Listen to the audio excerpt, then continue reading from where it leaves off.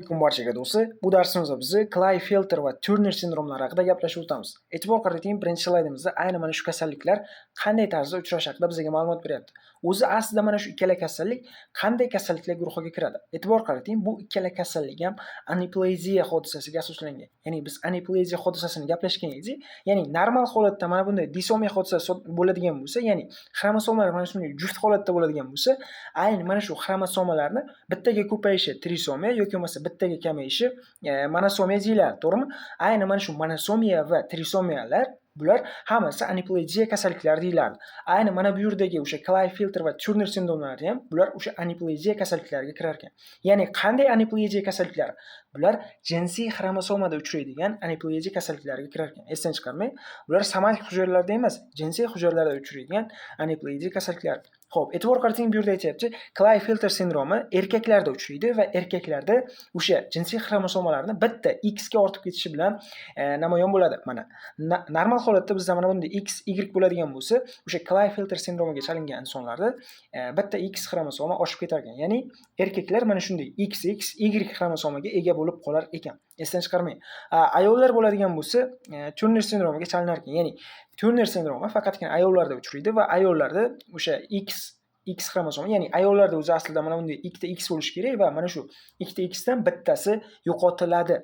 E'tibor qarating, mana shunday bittasi yo'qotilgandan keyin X 0 bo'lib qoladi va mana shu Turner sindromiga sababchi bo'ladi. E'tibor qarating, endi ayni mana shu Turner va Klinefelter sindromlarini aniqlashda bizda ikkalasini ham aniqlashda karyotipni ko'rish juda ham muhim ahamiyatga ega. Ya'ni diagnoz qo'yishda ikkala sindromni ham karyotiplarni biz mikroskop ostida ko'rishimiz muhim ahamiyatga ega.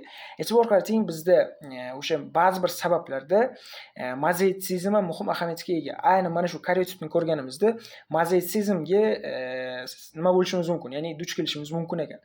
Often multiple cells to look for mozaitsizm deyapti. Mozaitsizm nima ekanligi haqida biz avval gaplashib o'tganmiz o'sa. E'tibor qarating, mana shu yerda biz har bir xromosomani karyotipini ko'rishimiz mumkin. Ya'ni qanday holatda joylashgan? Normal holatdami yoki bo'lmasa disomiyami, trisomiyami yoki monosomiyami? Shuni biz batafsil ko'rishimiz mumkin. Xo'p, e'tibor qarating, endi biz Klinefelter sindromiga to'xtalamiz. Klinefelter sindromi 80% holatlarda mana shunday 40 ta xromosomaga ega bo'lar ekan. Ya'ni o'zi normal holatda 46 ta xromosoma bo'lishi kerak, lekin Klinefelter sindromida o'sha bitta jinsiy xromosoma, ya'ni X xromosoma ko'pligi hisobiga bularda XXY bo'ladi, to'g'rimi? Ayni erkaklarda uchraydi va 40 ta bo'lib, ularda XXY bo'ladi. Bunga sabab nima? Yoki otani yoki onani o'sha meyoz jarayonidagi non-disjunction hodisasi, ya'ni ularda o'sha meyozda to'liq ajralmaslik kuzatiladi va shuni hisobiga bu yerda 47 XXY hodisasi kelib chiqadi. Ayni shunday xromosoma ko'rishimiz mumkin. Endi e'tibor qarating, bu 80% holatlarda. Lekin do'stlar, bizda juda ham kamdan kam holatda uchrashi mumkin. 48 ta xromosoma ham bo'lishi mumkin ekan. Ya'ni bu yerda trisomiya emas, tetrasomiya hodisasi sodir bo'ladi. Ya'ni XXXY bo'ladi. Ya'ni 3 ta X bo'ladi va bitta Y bo'ladi va bu tetrasomiya deyiladi. Ya'ni bunda do'stlar Klinefelter sindromining umuman klinikasi juda ham kuchli bo'ladi. Yuqoridagi o'sha trisomiyaga nisbatan juda ham kuchli rivojlangan bo'ladi.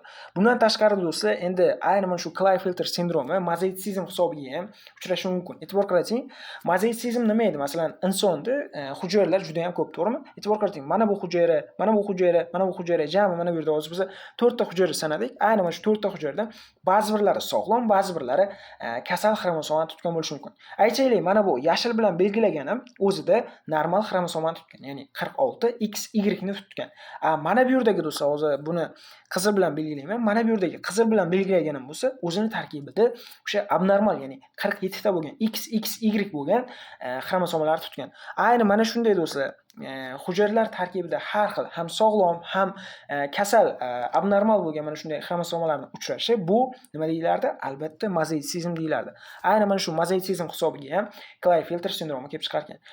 Bu mozaitsizm do'stlar o'sha urug'langandan keyin, zigota hosil bo'lgandan keyin mitozni buzilishi hisobiga, mitozdagi o'sha non-disjunction hisobiga kelib chiqar ekan. Ya'ni bu somatik mozaitsizm, esdan chiqarmang, somatik mozaitsizm. Xo'p, davom etamiz do'stlar.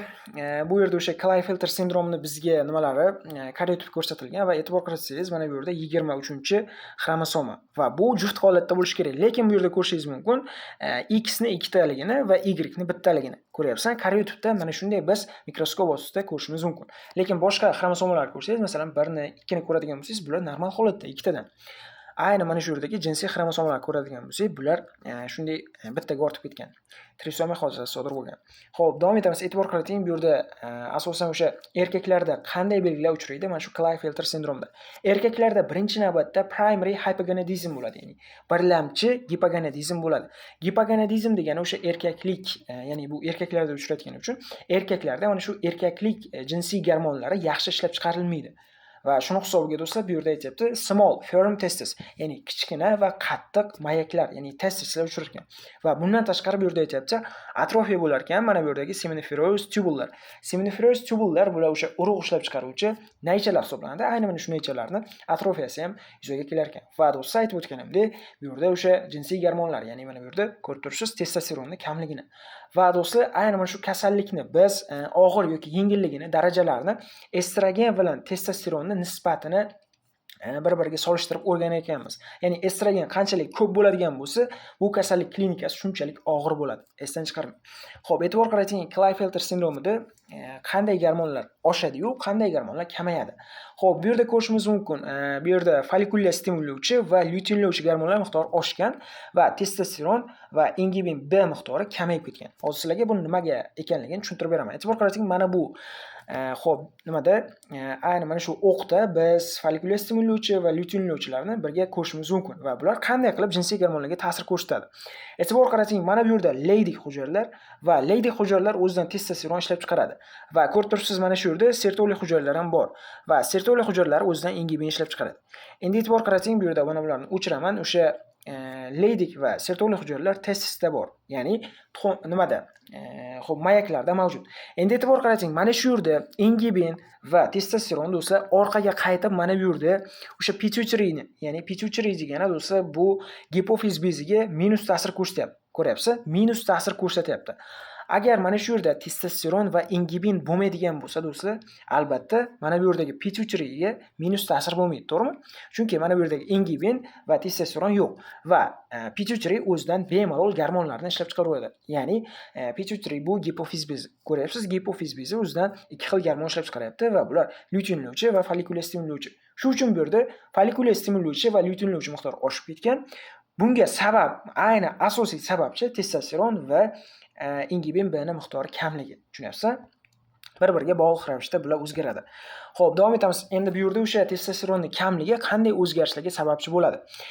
Bu yerda o'sha jinsiy rivojlanishdan orqada qolish, ya'ni balog'atga yetishni kamayishi, ya'ni kechikishi desak to'g'riroq bo'ladi. Delayed puberty, ya'ni balog'atga yetish yoshi ancha kechikib ketadi.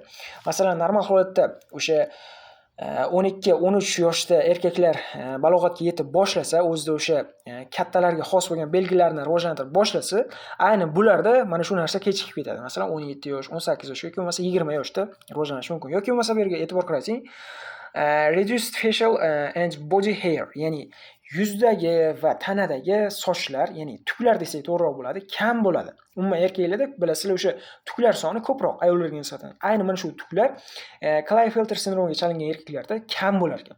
Bundan tashqari do'stlar, female pubic hair pattern, ya'ni ayollarga xos bo'lgan pubikda, ya'ni mana bu yerdagi o'sha ayni mana bu sohada do'stlar ayollarga xos bo'lgan pubic hair, ya'ni pubikdagi mana shunday tuklarni ko'rishingiz mumkin. Erkaklarda ayni o'ziga xos bo'lgan mana shu pubikda tuklar joylashadi va ayollarda ham o'ziga xos. Ya'ni ikkalasining shakli ikki xil. Tushunarli-a? Xo'p, endi davom etamiz. Ayni mana shu Klinefelter sindromida ginekomastия ham uchraydi. E'tibor bering, mana bu yerda ko'rishingiz mumkin. Aslida mana bu erkak kishi, lekin tanasini ko'radigan bo'lsangiz, mana bu yerda ko'kraklar rivojlangan. Ya'ni ginekomastия bo'lib, ko'kraklar kattalashib rivojlangan. Xo'p, bundan tashqari do'stlar, o'ziga xos belgilardan biri infertility, ya'ni bu yerda o'sha nima bo'ladi? Naslsizlik, ya'ni farzand ko'ra olmaslik bo'ladi. Ya'ni turmush quradigan bo'lsa ham, ayni bunday erkaklardan nasl qolmaydi, farzand bo'lmaydi va nimaga deydigan bo'lsa, bu yerda o'sha sperma soni ham kam bo'lar ekan. Reduced sperm count. Sperma soni ham kam bo'lar ekan. Xo'p, e'tibor qarating, ayni bu yerda Klinefelter sindromiga chalingan bolalarda yana qanday abnormalliklar uchraydi? Bu yerda aytyapti, genital abnormality, ya'ni o'sha tashqi jinsiy a'zolardagi har xil abnormalliklar. Masalan, ulardan birinchisi kriptarxizm. Xo'p, kriptarxizm do'stlar normal holatda o'sha mayaklarni qorin bo'shlig'ida qolib ketishi. Umuman mayaklar do'stlar birinchi navbatda o'sha embrional rivojlanish davrida qorin bo'shlig'ida qolib ketadi va keyinchalik yorg'oqqa tushishi kerak. Agar yorg'oqqa tushmasa, bu kriptarxizm deyiladi. Endi do'stlar buni ko'pchilik o'qigan bo'lishi mumkin. Agar o'qimagan bo'lsanglar, albatta keyingi o'sha biza reproduktiv sistemada batafsil bularni o'sha mexanizmlar bilan ko'rib chiqamiz. Xo'p, keyingi belgi bu giposfadiya. Giposfadiya do'stlar mana bu yerdagi o'sha olatni uchidagi mana bu teshik do'stlar, olatni uchidagi teshik bu ayni mana bu olatni pastki qismida ochilib qolishi bu giposfadiya deyiladi. E'tibor qarating, mana bu yerda pastki qismida ochilgan. Ya'ni mana bu yerda uchida ochilishi kerak normal holatda. Ayni mana shu olatni boshida uchida ochilishi kerak, lekin ko'rib turibsiz, ayni mana shu olatni tana qismini pastki sohasida joylashgan. Yoki bo'lmasa mana bu yerda yorg'oqda joylashganini ham ko'rishingiz mumkin. Ayni mana shunday holatda rivojlanadi giposfadiya. Yoki bo'lmasa mikropenis, ya'ni mana shu penisni, ya'ni jinsiy olatni kichkina bo'lishi ham Klinefelter sindromiga xos. Davom etamiz. Endi bularning ayni physical appearance, ya'ni tashqi tuzilishi qanday bo'ladi? E'tibor qarating, long legs and arms, ya'ni qo'llar va oyoqlar uzun bo'ladi. Ya'ni tanaga nisbatan qo'l va oyoq uzun bo'ladi. Sababi qarang, extra copy of CHOX gene deyapti. Ya'ni do'stlar, mana bu yerdagi o'sha CHOX geni do'stlar extra copy o'qitadi. Ya'ni haddan ortiq nusxalanib ketadi. Sababi do'stlar, ayni mana shu gen jinsiy X xromosomida mavjud bo'lar ekan. Ya'ni jinsiy X xromosomida mavjud bo'lgandan keyin Klinefelter sindromida bilasizlar, mana buni o'chirib tashlaylik. Klinefelter sindromida extra copy X bo'ladi. Ya'ni X normaga nisbatan yuqori bo'ladi. Ya'ni mana bu ortiqcha X ni hisobiga do'stlar, bu yerda o'sha CHOX geni do'stlar haddan tashqari yuqori ko'p sintezlanadi va ayni mana shu gen do'stlar bizdagi o'sha suyaklarni o'sishida muhim ahamiyatga ega. Ayni bu gen yuqoriligi hisobiga qo'llar va oyoqlar o'sib ketadi. Tushuntira oldimmi? Xo'p, davom etamiz. E'tibor bering, bu yerda endi eunuchoid body shape deyapti. Eunuchoid body shape degani do'stlar qanday tana tuzilishi, hozir sizlarga tushuntirib beraman. Baland bo'yli, uzun oyoqli va tuzilish jihatdan erkaklarga o'xshamaydigan, erkaklarga xos bo'lmagan tana tuzilishi. E'tibor qarating, uzun bo'yli, uzun qo'l oyoqli, mana ko'rib turibsiz, va erkaklarga xos bo'lmagan tana tuzilishi. Ya'ni mana bu yerda ko'rib turibsiz, ko'kraklarning rivojlangani, ya'ni ginekomasti ham bor. Ayni mana shu eunuchoid body shape deyiladi. E'tibor qarating, endi biz mana bu yerda ko'rishimiz mumkin, cognitive finding, ya'ni aqliy rivojlanishdan orqada qolish ham, ya'ni aqliy faoliyatda ham bir qancha o'zgarishlar bo'lar ekan. Ya'ni learning disability, ya'ni o'rganishda qandaydir muammolar bo'lar ekan. Asosan bu yerda o'sha nutq bilan bog'liq, til o'rganish bilan bog'liq, tilni rivojlanish bilan bog'liq o'sha kechikishlar rivojlanadi. Ya'ni masalan, odatda kimdadir o'sha 1 yoshda yoki bo'lmasa 2 yoshda tili chiqadigan bo'lsa, gapirib boshlaydigan bo'lsa, ayni Klinefelter sindromiga chalingan o'g'il bolalarda do'stlar tili sal kechroq chiqadi. Gapirishi sal kechroq bo'ladi. Va bu yerda aytibdi, cute personality. Cute degani do'stlar kam gapiruvchan. Ayni mana shunday shaxslar juda ham kam gapiradi, odamovi bo'ladi. Bundan tashqari mana bu yerda aytibdi, unassertive. Unassertive degani do'stlar o'zini fikrini bildirmaydigan, mana shunaqa tinch yuradigan insonlar bular Klinefelter sindromiga o'ziga xos belgilar hisoblanadi do'stlar. Davom etamiz. Endi bar bodylar haqida qisqacha gaplashishimiz kerak. Bar bodylarni biz avval ham gaplashganmiz. Bular do'stlar inaktiv bo'lgan X xromosomi hisoblanadi. Ya'ni X xromosomini inaktiv bo'lgan varianti bu bar body deyiladi. Normal holatda do'stlar, ayollarda ikkita mana bunday X xromosomi mavjud bo'ladigan bo'lsa, bittasi do'stlar, bittasi inaktiv holatda bo'ladi, ya'ni bittasi o'sha bar body holatda bo'ladi. Bunga sabab do'stlar o'sha lionizatsiya hodisasi, lionizatsiya nimasi? Qonuniyati, ya'ni lionizatsiyada do'stlar ayni mana shu bitta X xromosomi do'stlar metillanib, bu yerda zichlashib, ingichka holatda mana shu hujayraning bir chekkasida joylashadi. Ko'ryapsiz, mana bu yerda hujayraning bir chekkasida joylashgan.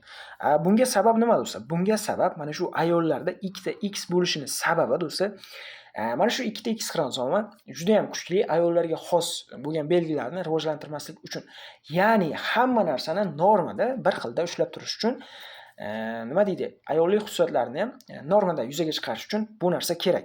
Agar mana bu yerdagi bitta X xromosomi ham inaktiv bo'lmasa, bu ham aktiv bo'ladigan bo'lsa, ayollarda haddan tashqari o'sha ayollik xususiyatlari yuqori bo'lardi. Shuni hisobiga bar bodylar ayollarda doimo bo'ladi. Normal holatda topiladi. Endi e'tibor qarating, mana shu bar bodylar Klinefelter sindromiga chalingan erkaklarda ham topilar ekan. Nimaga? Chunki erkaklarda ham, ayni Klinefelter sindromiga chalingan erkaklarda ham mana bunday XXY nima bo'ladi? Jinsiy xromosomalar bo'ladi. Ya'ni bu yerda ham ko'rishingiz mumkin, ikkita X bor va ayni mana shu ikkita X ham endi bu yerda ayollarga xos belgilarni rivojlantirmaslik uchun bittasi bu yerda o'sha bar body holda, ya'ni metillangan holda, zich holda, inaktiv, mana shunaqa inaktiv holatda turadi. Xo'p, menimcha tushuntira oldim. Bu sog'lom erkaklarda bunaqangi bar bodylar bo'lmaydi. Xo'p, endi davom etamiz. Biz o'sha Turner sindromi haqida gaplashishimiz kerak. Turner sindromi bu ayollarda uchraydi.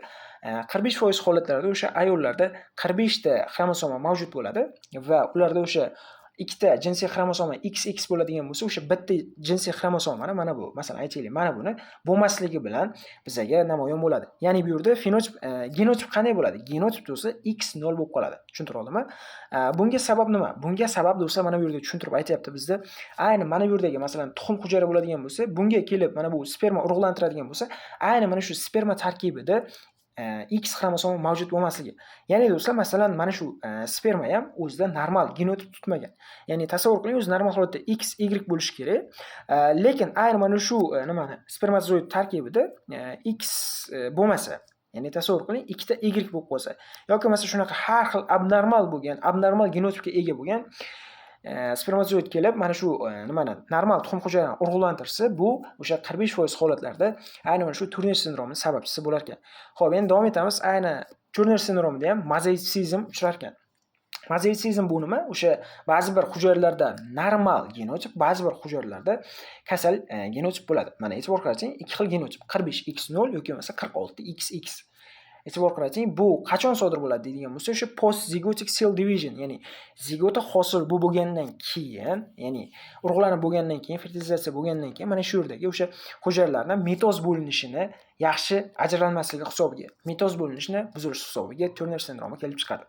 Xo'p, e'tibor qarating, ayni buni o'ziga xos belgilari qanday? Female with short stature, ya'ni ayni ayollarda uchraydi va bo'yi juda ham past bo'ladi. E'tibor qarating, bo'yi juda past bo'lishiga sabab nima? Mana bu yerdagi o'sha CHOX genini yo'qotilishi. Chunki do'stlar, aytib o'tdim, mana shu CHOX geni do'stlar bu X xromosomada joylashgan. Va aynan ayollarda mana shu Turner sindromiga chalingan ayollarda X0 bo'lish hisobiga bitta X yo'qotilyapti, ko'ryapsan? Bitta X yo'qotilyapti. Demak, bitta X yo'qotilsa ham mana shu CHOX genini nima deydi? Ma'lum bir miqdorda kamayishiga sababchi bo'ladi. Demak, mana shu gen kam bo'ladigan bo'lsa, bu yerda o'sha bo'yni o'sishi sekinlashadi. Yoki bo'lmasa bo'yni o'sishi to'xtaydi, tushunasizlar? Shuning uchun Turner sindromiga chalingan bolalarda, ya'ni qizlarda bo'yi past bo'ladi. Endi ayni mana shu Turnerga chalingan qizlarga davolash maqsadida growth hormon, ya'ni bu yerda bizda o'zbek tilida somatotrop gormoni berib turiladi. Ya'ni ularni bo'yini o'stirish uchun, ma'lum miqdorda o'sha normal holatga keltirish uchun bularga o'sha growth hormon berib turiladi yoshlikda. Bunda o'ziga xos belgilari, endi Turner sindromining o'ziga xos belgilari bu yerda aytibdi, broad chest, ya'ni ko'krak qafasini juda ham keng bo'lishi. Bu yerda aytibdi child chest deyapti. Child degani bu qalqon. Ya'ni ko'krak qafasi normaga nisbatan juda ham keng. Bundan tashqari widely spaced nipple, ya'ni bu yerda o'sha nipplelar orasi normal holatda mana shunday bo'ladigan bo'lsa, ikkita nipplening orasi mana shunaqa bo'ladigan bo'lsa, ayni mana shu Turner sindromiga chalingan nimalarda, ayollarda nipple orasi juda ham uzoq bo'ladi. Aytaylik, mana shunday holatda nipple orasi uzoq bo'ladi. Oradagi masofa juda ham uzun bo'ladi. Xo'p, davom etamiz. Keyingi belgilardan biri bu limfatik obstruksiya, ya'ni bu yerda o'sha limfatik yo'llarni obstruksiya bo'lib yopilib qolishi, ayni bu Turner sindromiga xos. Bu do'stlar endi fetal rivojlanishda, ya'ni o'sha onaning qornida bo'lgan vaziyatda mana shunaqa limfatik obstruksiya bo'ladi. Limfatik yo'llarning yopilib qolishi bo'ladi. Va ayni mana shu hisobiga do'stlar bu yerda webbed nick bo'ladi. Webbed nick degani do'stlar, umuman webbed degani parda degani, ya'ni bo'yinga xuddi parda tortilgandek bo'lib qoladi. E'tibor qarating, mana bu yerda ayni mana bu qizni bo'yni mana bunday parda tortilganga o'xshab mana shunday bo'lib qolgan. Normal holatda bunaqa bo'lmaydi. Tushunarli-a? Va bu yerda aytayapti, aynan swollen hands and feet. Tug'ilganda o'sha oyoqlar va qo'llar shishgan holatda bo'ladi. Chunki do'stlar, bu yerda aytib o'tdim, limfatik obstruksiya bo'ladi. Ya'ni limfa suyuqligi to'liq bu yerda tashilmaydi. Ma'lum bir joyda to'planib qolish hisobiga oyoqlarda, qo'llarda mana shunday shish kelib chiqadi. Xo'p, e'tibor qarating, keyingi belgisi bu sistik gigroma. Sistik gigroma ham do'stlar yuqoridagi o'sha limfatik to'siq, ya'ni limfatik bekilib qolish hisobiga kelib chiqadi. Bu yerda ham aytib o'tyapti, o'sha congenital lymphatic defect deyapti. Limfatik defekt hisobiga kelib chiqadi va o'sha limfasi yo'qligi juda ham ko'p to'planib qolish hisobiga sistala, ya'ni umuman sist deyapti. Bu yerda o'sha o'zbek tilida kista deyiladi. Ayni mana shu kistdan hosil bo'lishi yuzaga keladi va bu qayerda uchraydi degan bo'lsak, boshda va bo'yinda uchraydi. E'tibor qarating, mana bu qizchani ayni bo'ynida va bosh qismida mana shunday katta kistani rivojlanganini ko'rishingiz mumkin. Asosan do'stlar bu o'sha Amerika Qo'shma Shtatlarida o'rganib ko'rilgan va bu ko'rishimiz mumkin sistik gigroma asosan onani qornida bo'lgan vaziyatda, ya'ni uterol bo'lgan vaziyatda uchrab, keyinchalik tug'ilgandan keyin bizda ko'zimizga ko'rinib yuzaga chiqadi. Xo'p, e'tibor qaratamiz. Endi mana shu Turner sindromiga chalingan qizlarda ovarian function, ya'ni tuxumdonida qanday o'sha funksiyalar bo'ladi? Funksiyasi do'stlar ayni juda ham pasayib ketadi. Bunda ham o'sha primary gipogonadizm bo'ladi. Tuxumdonlar bu yerda o'zi normal holatda gormon ishlab chiqarmaydi. Ya'ni ovarian function loss bo'ladi, ya'ni yo'qotilgan bo'ladi. Tuxumdonlar o'z funksiyasini bajara olmaydi. Bu yerda aytibdik gonadal dyskinesis, ya'ni bu yerda tuxumdonlar yaxshi rivojlanmagan ham bo'lishi mumkin. E'tibor qarasang, bu yerda aytib o'taman, mana may have strict ovaries. Ya'ni strict ovaries degani tuxumdonlar ipsimon holatda bo'ladi. Iptik ingichka bo'lib qoladi. Ko'ryapsizlar, mana bu yerda tuxumdon normal holatda mana shunday yumaloq bo'ladigan bo'lsa, kasalga chalingan, ayni mana shu Turner sindromiga chalingan qizlarda ipsimon mana shunaqa bir tekis ipsimon bo'ladi. Mana shu strict ovaries deyiladi. Tushunarli?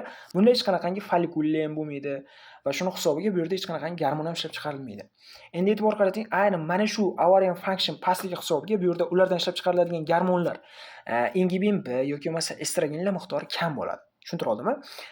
Endi bular kamligi hisobiga endi bular gipofizga minus ta'sir ko'rsata olmaydi va lyutinlovchi va follikullar stimullovchi gormonlar yuqori darajada ishlab chiqariladi. E'tibor qarating, endi mana shu gormonlarni miqdori childhoodda, ya'ni bolalik davrida juda ham o'zgaruvchan bo'ladi. Ba'zi bir vaqtlarda normal holatda ham bo'lishi mumkin.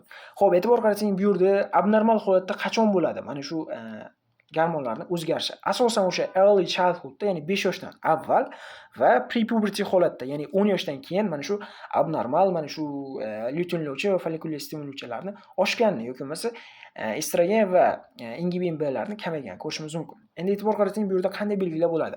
Delayed puberty, albatta bu yerda jinsiy balog'atga yetish kechikadi. Ya'ni balog'atga yetmaydi. Xo'p, bundan tashqari do'stlar breast development yo'q. Ya'ni ko'kraklar rivojlanmaydi. Bundan tashqari menstruatsiya bo'lmaydi. Ya'ni hayz ko'rmaydi. Bundan tashqari aytadigan bo'lsak, bu yerda ayni mana shu Turner sindromiga chalingan qizlar balog'atga yetguniga qadar bularga estrogen berib davolab turiladi. Ya'ni o'sha gormonlar yetishmayapti, estrogenlar yaxshi ishlab chiqarilmayapti. Bularga o'sha tashqi tomondan estrogen berib davolab turiladi. Primary amenorrhea bo'ladi, ya'ni birlamchi amenorrhea bo'ladi. Ya'ni bu nima degani do'stlar? O'sha birlamchi hayz ko'rmaslik, ya'ni hayz ko'rish bularda sodir bo'lmaydi. Ya'ni bu yerda yana sal boshqacharoq nomlashimiz mumkin. Menopause before menarche. Ya'ni do'stlar o'sha menarxiyadan avval menopauza bo'ladi. Buni qanday tushuntirsam bo'ladi? Sizlarga e'tibor qarsanglar, o'sha birinchi navbatda qizlar 12 yoki bo'lmasa 13 yoshda o'sha menarxiya bo'ladigan bo'lsa, menarxiya bu o'sha birinchi hayz. Ya'ni birinchi hayz ko'rib boshlaganda o'sha 12-13 yoshda bo'ladigan bo'lsa, menopauza odatda 45 yoshlar atrofida bo'ladi. Bu yerda aytayapti, menopauza menarxiyadan avval bo'lar ekan. Ya'ni do'stlar, menopauza degan umuman mana shu gormonlarning pasayishi, gormonlarning ishlab chiqarilmaydigan davrga kelib qoladi. Ya'ni hayz ko'rmaydigan davrga kelib qoladi. Umuman qo'pol qilib aytadigan bo'lsak, menarxiyada. Ayni mana shu Turner sindromida do'stlar, menopauza menarxiyadan avval bo'ladi. Ya'ni hech qanaqangi bu yerda birinchi hayz ko'rib o'tirmaydi tagin, to'liq bu yerda menopauzaga birdaniga o'tib ketadi. Ya'ni hayz ko'rmasdan umr davomida mana shunday menopauzaga birdaniga o'tib ketib qoladi. Endi ba'zi bir qizlarda bu yerda aytilyapti, menstruatsiya bo'lishi mumkin. Bu menstruatsiya ham ayni o'sha teenagersda, ya'ni o'smirlik davrida 17, 18 yoki bo'lmasa 20 yosh atrofida shunday menopauza bo'lishi mumkin, lekin birdaniga bu yerda menopauza devordim. 17-20 yoki bo'lmasa mana shu yosh atrofida menstruatsiya bo'lishi mumkin, lekin do'stlar, bu menstruatsiya uzoqqa cho'zilmaydi. Ya'ni bu yerda menstruatsiya bilan birgalikda yonma-yon o'sha menopauza birdaniga keladi va bunda o'sha gormonlar kelishi to'xtaydi. Tushuntira oldimmi? Endi davom etamiz. E'tibor qarating, ayni Turner sindromiga chalingan bolalarda, qizlarda aytaylik, infertile bo'ladi. Ya'ni bu yerda o'sha keyingi avlodni dunyoga keltira olmaydi, ya'ni pushsiz bo'ladi. Bu qizlar qachon homilador bo'lishi mumkin? Aytaylik, masalan, ma'lum bir donorni ootsitlarini olib, o'sha urug'lantirib, keyinchalik o'zini bachadonda buni yetishtiradigan bo'lsa, keyinchalik bular o'sha farzand ko'rishi mumkin. Tushuntira oldimmi? Bular o'zi normal holatda bularda oosit bo'lmaydi. Oosit bo'lmaydi. Bular ma'lum bir o'sha donorlardan oosit olib, ularni urug'lantirib, keyinchalik o'sha bachadonga qo'yadigan bo'lsa, bu yerda homilalar rivojlanishi mumkin. Xo'p, endi ma'lum bir sistemalarda ham nimalar bo'ladi, defektlar bo'ladi. Bu defektlar qanday deydigan bo'lsa, e'tibor qarating, kardiovaskulyar sistemada, ya'ni yurak qon tomir sistemasida qanday defektlar bo'lar ekan. 30% bolalarda do'stlar, e'tibor qarating, bicuspid aortic valve bo'ladi. Ya'ni do'stlar, mana aortani ko'ryapsiz. Aortada mana bu yerda ikkita valve bor, ya'ni ikkita varaq bor. Mana bitta varaq ko'ryapsiz bu tomonda va bitta varaq mana bu tomonda. Lekin normal holatda aortada tricuspid valve bo'ladi. Ya'ni mana buni yumaloq deb oladigan bo'lsangiz, mana shu yerda siz 3 ta valvni joylashganini ko'rishingiz mumkin. Ya'ni 3 tabaqali bo'ladi. Ko'ryapsiz? 3 tabaqali bo'ladi. Lekin do'stlar, ayni mana shu Turner sindromiga chalingan 30% bolalarda bicuspid aortic valve bo'lar ekan. Xo'p, endi ayni mana shu bolalardan 5-10% holatda aorta koarktatsiyasi ham uchrashi mumkin. Ya'ni aortani mana bu qismini, ya'ni tushuvchi qismini torayib qolishini siz kuzatishingiz mumkin. Xo'p, davom etamiz. Endi bunday bolalarda, Turner sindromiga chalingan bolalarda qon bosimi erta bolalik davrida ham juda ham baland bo'ladi. Endi bunga sabablar turli xil bo'lishi mumkin. O'sha aorta koarktatsiyasi hisobiga yoki bo'lmasa buyrakdagi ma'lum bir kasalliklar hisobiga. Xo'p, endi davom etamiz. Ayni mana shu Turner sindromiga chalingan qizlarda buyuragida ham malformatsiyalar bo'lar ekan. Qanday malformatsiya deydigan bo'lsak, o'sha masalan 3 ta Turnerdan ayni bittasida mana shunday heart shock kidney disease bo'lar ekan. Disease desam noto'g'ri bo'ladi. Heart shock kidneys. Ayni mana shunday taqasimon buyrak. Odatda buyraklar mana shunday bir-biridan ajralgan, yakka-yakka holatda bo'lishi kerak, to'g'rimi? Ko'ryapsiz, bu yerda buyraklar bir-biridan to'liq ajralmagan. Ya'ni buyraklarning pastki qismi to'liq qo'shilib qolgan va mana shunday taqasimon buyrak kelib chiqqan. Va bu ingliz tilida heart shock kidney deyiladi. Tushunyapsizmi? Ayni mana shunday heart shock kidney rivojlanadi. Yoki bo'lmasa bulardagi yig'uvchi naychalarda abnormallik, ya'ni normaga nisbatan sal boshqacharoq tuzilish bo'lishi mumkin. Collecting ductda. Xo'p, bundan tashqari endi osteoporoz xavfi yuqori bo'ladi. Nimaga do'stlar? Chunki bularda estrogen miqdori kam. Estrogen miqdori kam. Estrogen bo'ladigan bo'lsa, o'sha suyaklarni mustahkamligida juda ham muhim ahamiyatga ega edi. Buni biz o'sha mexanizmini chuqurroq muscle skeletal bo'limida gaplashamiz. Agar estrogen bo'lmaydigan bo'lsa, do'stlar, ayni Turner sindromida o'sha osteoporoz xavfi oshib ketadi. Va bunday holatda biz o'sha estrogen berib turadigan bo'lsak, bu kasallarni ayni mana shu osteoporoz xavfini kamaytirishimiz mumkin. Endi bizni Turner sindromida e'tibor qarating, oxirgi belgisi bu endokrin tomonidan qanday belgilar bo'lishi mumkin? Ikkinchi tip qandli diabet uchrashi mumkin. Ya'ni do'stlar, normaga nisbatan, normal insonlarga nisbatan bu yerda Turner sindromida 2 marta o'sha 2 barobar risk yuqori bo'lar ekan. Va bundan tashqari o'sha qalqonsimon bezda, tiroid bezda ma'lum bir kasalliklar ham uchrashi mumkin. Ya'ni tiroid disorderlar uchrashi mumkin. Har 3 ta Turnerga chalingan kasallikning bittasida shunday tiroid disorderlar uchrar ekan. Va bu tiroid disorderlardan eng keng tarqalgani bu gipotiroidizm kasalligi. E'tibor qarating, gipotiroidizm. Xo'p do'stlar, biz mana hozirgi mavzuyimizni tugatdik. Umuman olib qaraganda bu genetikani oxirgi video darsi edi. Menimcha do'stlar, mavzu tushunarli bo'ldi. Genetikadan sizlarga to'liq mavzularni yoritib bera oldim degan umiddaman. Agar qandaydir tushunmovchilik bo'lsa, любой mavzu bo'yicha, umuman genetika bo'yicha qandaydir tushunmovchilik bo'lsa, albatta menga murojaat qilinglar. Yoki bo'lmasa videolarda qanaqadir kamchilik bo'lsa, qanaqadir xatolik bo'ladigan bo'lsa, menga yozsanglar, ayni mana shu joyini men yozib, qaytadan to'g'rilab ketaman. E'tiborlaringiz uchun rahmat, sog' bo'linglar, salomat bo'linglar. Keyingi darslarda ko'rishguncha